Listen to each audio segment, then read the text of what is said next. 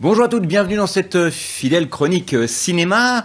Abonnez-vous, hein, ça c'est important. Laissez un petit commentaire parce que vous êtes, je l'ai vu, nombreux à regarder cette vidéo, mais pas forcément abonnés à la chaîne. Donc si vous voulez me soutenir et si vous aimez ce contenu, n'hésitez pas à vous abonner. Cette semaine, les sorties cinéma nous offrent un programme riche, varié et parfois surprenant. 4 films très différents et 4 manières de raconter le monde et nos émotions. Et on commence donc cette première sélection avec le film Regarde, porté par Danny Boone. On y retrouve ici l'acteur dans un registre totalement inattendu, loin des grandes comédies populaires qui ont fait son succès.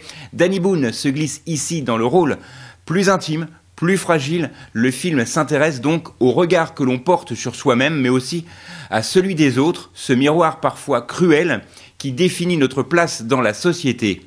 Donc Danny Boone surprend, je vous l'ai dit, par sa retenue, par son interprétation nuancée, presque pudique. On sent qu'il cherche à casser son image et à montrer une haute facette de son talent d'acteur. Et parfois, alors le film n'est pas parfait, hein. Certains passages paraissent d'ailleurs un peu démonstratifs, mais on peut saluer ce virage artistique courageux. Regarde, ça c'est le titre du film, est une œuvre sensible qui déstabilise mais qui réussit à toucher donc par sa sincérité. On enchaîne avec L'intérêt d'Adam, un film mené par Léa Drucker. Aussi juste que possible, l'histoire nous plonge dans les contradictions de l'être humain, l'amour, le devoir, le désir, l'égoïsme aussi, ce mélange complexe qui fait de nous des êtres profondément imparfaits. Léa Drucker incarne un personnage d'une intensité bouleversante, avec ses capacités rares à dire beaucoup avec peu, à laisser parler le silence, à laisser parler les regards.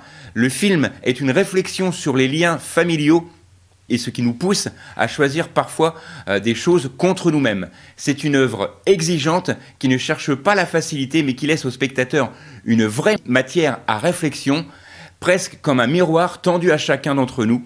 Et ça, c'est ce qui est le plus difficile dans ce film. Et c'est aussi ce qui fait d'ailleurs sa force. Voici également une autre sélection, Les Tourmentés, avec Ramzy Bedia, que l'on découvre ici sous un nouveau jour, comme ça a été le cas pour ma première sélection avec Danny Boone. Ici, Ramzy Bedia, que l'on découvre sous un nouveau jour, radicalement nouveau, loin du registre comique qui l'a rendu célèbre. Ramzy se frotte au drame et à la gravité. Le film raconte un parcours cabossé d'une vie marquée par les épreuves, les failles et les désillusions. Ramzy y retrouve une intensité brute, parfois bouleversante, qui donne au personnage une humanité fragile. Alors, bien sûr, le film souffre par moments de lourdeur narrative, mais il est compensé par la sincérité de son propos et par la performance de son acteur principal. Voir Ramzy dans ce registre est déjà en soi une révélation et ça donne au film toute sa vraie valeur. Et Les Tourmentés est une plongée dans les zones d'ombre de l'âme rugueuse, mais parfois et surtout un film authentique. Autre sélection, et là c'est un film où je vais m'attarder un peu plus longuement. Il s'agit du film Dalloway, sans doute le film le plus ambitieux et le plus marquant de cette semaine.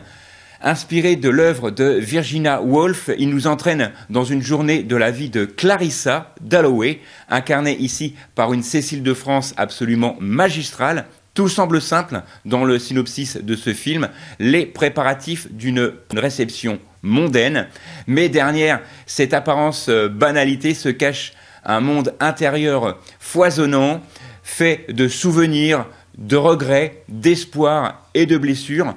Le film épouse la structure du roman moderniste avec une mise en scène qui capte les flux de conscience, les éclats de la mémoire et les hésitations silencieuses. Et ce qui m'a impressionné, moi, dans le film, c'est la manière dont le réalisateur a réussi à transformer une intrigue intime en une réflexion universelle sur le temps qui passe, sur nos choix et sur nos choix de vie surtout. Cécile de France dans ce rôle est tout simplement éblouissante. Elle incarne une Clarissa avec une délicatesse qui bouleverse vraiment tout public, donnant à chaque geste, à chaque regard, une profondeur rare. La reconstitution de l'époque minutieuse, mais ce n'est pas le décor qui marque le plus. Ce qui marque le plus, c'est la sensation de se retrouver face à une vie entière en quelques heures, de ressentir ce mélange d'élan vital et de mélancolie.